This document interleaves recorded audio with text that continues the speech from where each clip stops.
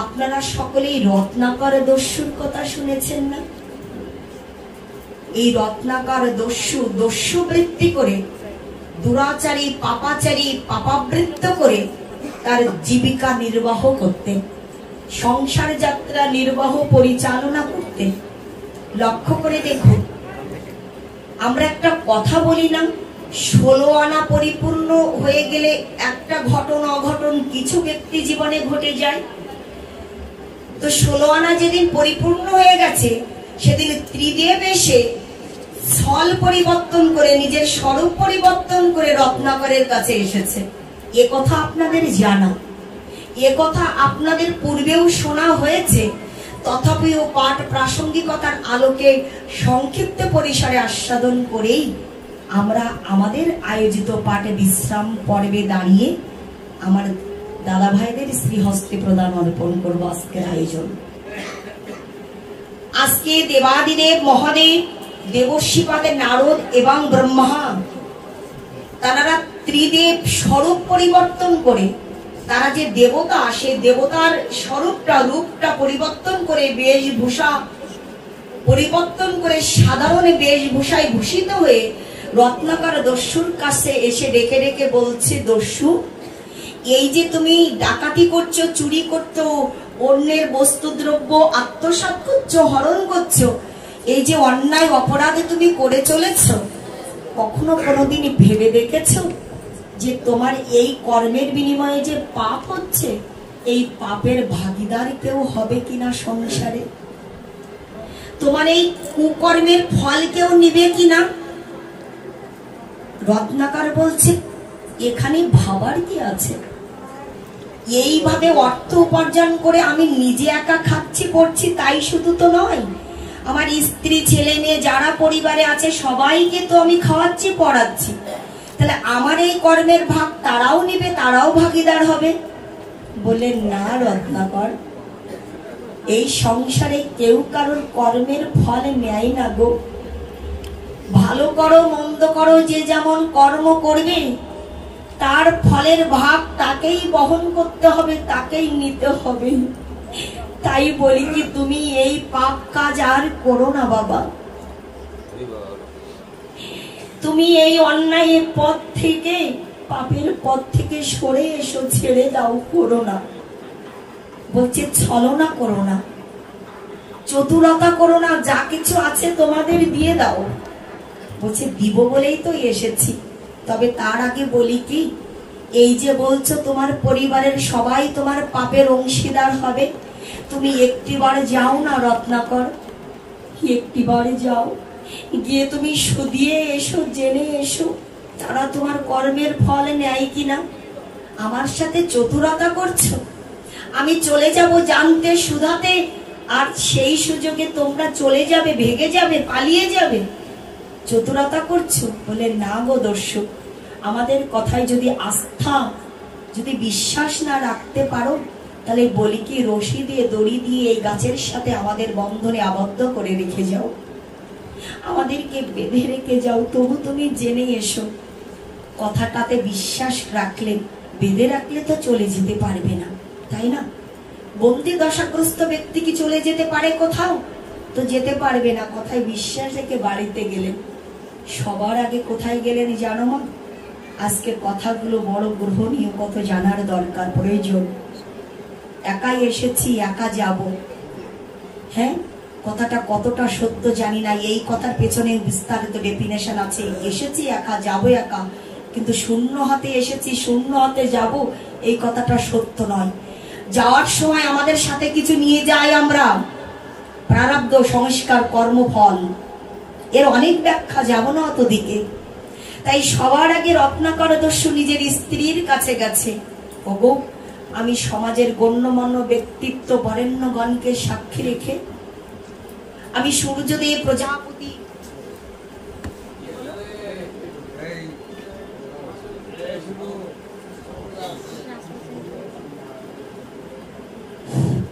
রাধে রাধে, আমি প্রজাপতিকে সাক্ষী রেখে, অগ্নির দেবতাকে সাক্ষী রেখে বৈদিক মন্ত্র উচ্চারণে সিঁদুর দানে তোমাকে নববধূ কুলবধূ গৃহবধূ রূপে বরণ স্বীকার অঙ্গীকার করেছিলাম। তুমি আমার অর্ধাঙ্গিনী, তুমি আমার পত্নী, তুমি আমার স্ত্রী, তুমি আমার সহধর্মিনী। বলো না, এই যে আমি অনুপায় হয়ে যে পাপ কর্ম করে তোমার খাদ্য তোমার পোশাকের যোগান দিচ্ছি, যেদিন আমার মৃত্যু হয়ে যাবে সেদিন কি তুমি আমার এই পাকের ভাগ নিবে? যে পাপ কার্য আমি করছি এই পাপের ভাগ কি তুমি নিবে? ভাগীদার হবে তুমি? স্ত্রী ডেকে ডেকে বলছে, তুমি তো আমার প্রশ্নের উত্তর দিয়ে দিলে। তুমি না আমায় বললে আমি তোমার সহধর্মিনী, আমি তোমার অর্ধাঙ্গিনী। আমার ভরণ পোষণের সমস্ত দায়িত্বভার তো তোমার উপরেই, কারণ তুমি সবাইকে সাক্ষী রেখেই আমাকে বিবাহ করে ঘরে তুলেছিলে, ঘরে এনেছিলে। তাই তুমি যত পুণ্য কর্ম করবে সেই পুণ্যের অর্ধেক দাবিদার আমি।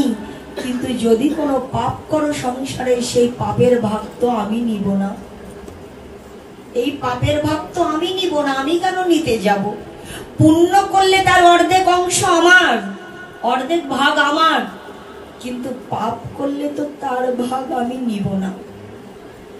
নেবে না? বলে না, আমি তোমায় সারাটা জীবন ধরে এত ভালোবাসা দিয়েছি, আমার শয্যার সঙ্গিনী করেছি তোমার, আমার নিজের সর্বস্ব উজাড় করে তোমায় ভালোবেসেছি, আর আমার কর্মের ভাগ তুমি নিবে না? বললে না, কর্মের ভাগ যদি নিতে হয় তোমার পুণ্য কর্মের ভাগ আমি নিব, কিন্তু পাপ কর্মের ভাগ আমি নিব না। নিজের ভুলগুলো একটু একটু বুঝতে পারল রত্নাকর। সন্তানদের কাছে গিয়ে ডেকে ডেকে বলছে, সন্তানগণ শোনো, পিতা মাতার মিলন মুহূর্তের আনন্দ ঘন মুহূর্তের বিনিময়ে জগতে তোমরা এসেছো, তোমরা জন্ম নিয়েছো। তোমাদের লালন পালন করতে গিয়ে আমি এই যে অবৈধ পথে অর্থ উপার্জন করে তোমাদের ভরণ পোষণ যোগাচ্ছি। তোমরা আমার সন্তান, আমি তোমাদের পিতা। আমার মৃত্যুর পরেই বা আমার এই যে পাপের ভাগ তোমরা কি কেউ নিবে? ছেলেমেয়েরা এক বাক্যেই উত্তর দিল, জবাব দিল, তা কেন নিতে যাব পিতাশ্রী? আমাদের জগতে এনেছো তুমি, আমাদের জন্মদাতা তুমি, জন্ম দিয়েছো তুমি। তুমি ভালো করো আর মন্দ করো, চুরি করো আর ডাকাতি করো, কি করে আমাদের ভরণ পোষণ যোগাবে? আমাদের আহার বস্ত্রের বাসস্থানের ব্যবস্থা করবে, এ দায়িত্বভার তো তোমার। আমরা কেন তোমার পাপের ভাগীদার হতে যাব? এত ভালোবেসেছি তোমাদের, এত আপন মনে করেছি, তোমাদের ভালো রাখবো সুখে রাখবো বলে নিজের কথা না ভেবে আমি সারাটা জীবন অন্যায় করে, অপকর্ম করে, দুষ্কৃতি দুষ্কার্য করে আমি সময় অতিবাহিত করেছি। তোমরাও আমার পাপের ভাগ নিবে না? বলে না, আমরা কেউ নিব না। সুধীজন, শুধু রত্নাকর নয়, রত্নাকরের মতো করে আমরা যারা সংসারে বাস করছি, আমাদেরও কর্মের ফল দেখবেন সংসারে কেউ নেবে না।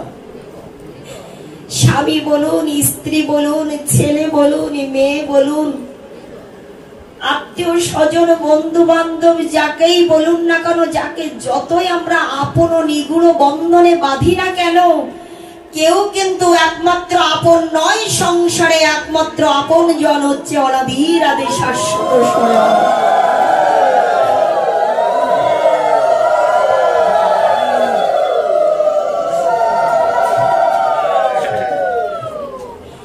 একমাত্র গোবিন্দই হচ্ছে একমাত্র আপন আমাদের, আর সবাই পর, সবই মিথ্যা, সবই ভ্রম, সবই অজ্ঞানতা।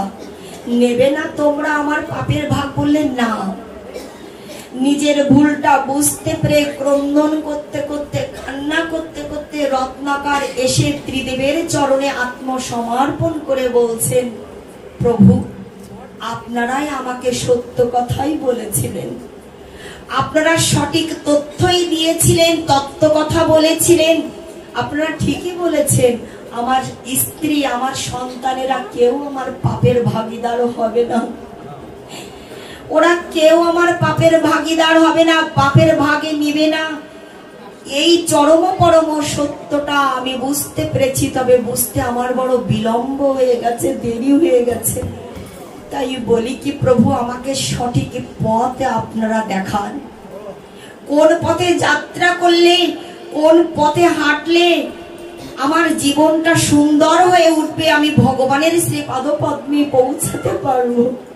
আমাকে সেই সঠিক পথটা দেখান, সঠিক পথটা দেখান। আমি বুঝতে পেরেছি এই সংসারে কেউ কারোর নয়, কেউ কারোর আপন নয়। আমি কি করলে, কি কর্ম করলে, কোন পথে যাত্রা করলে আমি ভগবানকে লাভ করব, আমি পরমেশ্বরের সাক্ষাৎকার পাবো, একটিবার আমায় সেই পথ আপনি নির্ণয় করে দিন। ত্রিদেব তখন আগের মতো স্বরূপে ফিরে এসে ডেকে ডেকে বললেন, আমরা সাধারণ কেউ নই, তাকে দেখো। চরণে লুটে পুটে প্রণত মস্তকে প্রণাম জানালেন আর অ্যাডভাইস প্রদান করলেন, উপদেশ অমৃত দিয়ে বললেন, রত্নাকর তুমি আজ থেকে এই বৃক্ষতলে বসে বসে রাম নাম জপ করো। কিন্তু রত্নাকর দস্যু সারাটা জীবন ধরে এত পাপ, এত পাপ, এত অপরাধ করেছে যে তার পাপময় জিহ্বায় রাম নাম ধ্বনিত হচ্ছে না। বাবা, রাম নাম উচ্চারণ হচ্ছে না, উল্টো নাম উচ্চারণ হচ্ছে। রয়াকার মো রাম, উল্টে দিন মো রয়াকার, মরা মরা মরা মরা নাম উচ্চারণ করছে। এই মরা মরা মরা মরা ধ্বনি ঝংকার শব্দ ব্রহ্ম উচ্চারণ করতে করতে করতে করতে অনেকগুলো দিন, বছর, যুগের পরে যুগ অতিবাহিত হয়ে গেল। খাওয়া নাই, ঘুম নাই, আহার নিদ্রা মৈথুনঞ্চ সামান্য মেতাৎ পশুবিরি নরানাম, সমস্ত প্রবৃত্তি থেকে নিবৃত্তি মার্গে বসে বসে ওই মরা মরা নাম জপ করতে করতে অবশেষে রাম নাম জপ করলো। আর এদিকে বাল্মিক অর্থাৎ বল্মিকগণ, ওই পোকা পুরা শরীরটাই ঢিবি তৈরি করে দিল, স্তূপ তৈরি করে দিল, রত্নাকরকে ঢেকে দিল, ঘিরে দিল।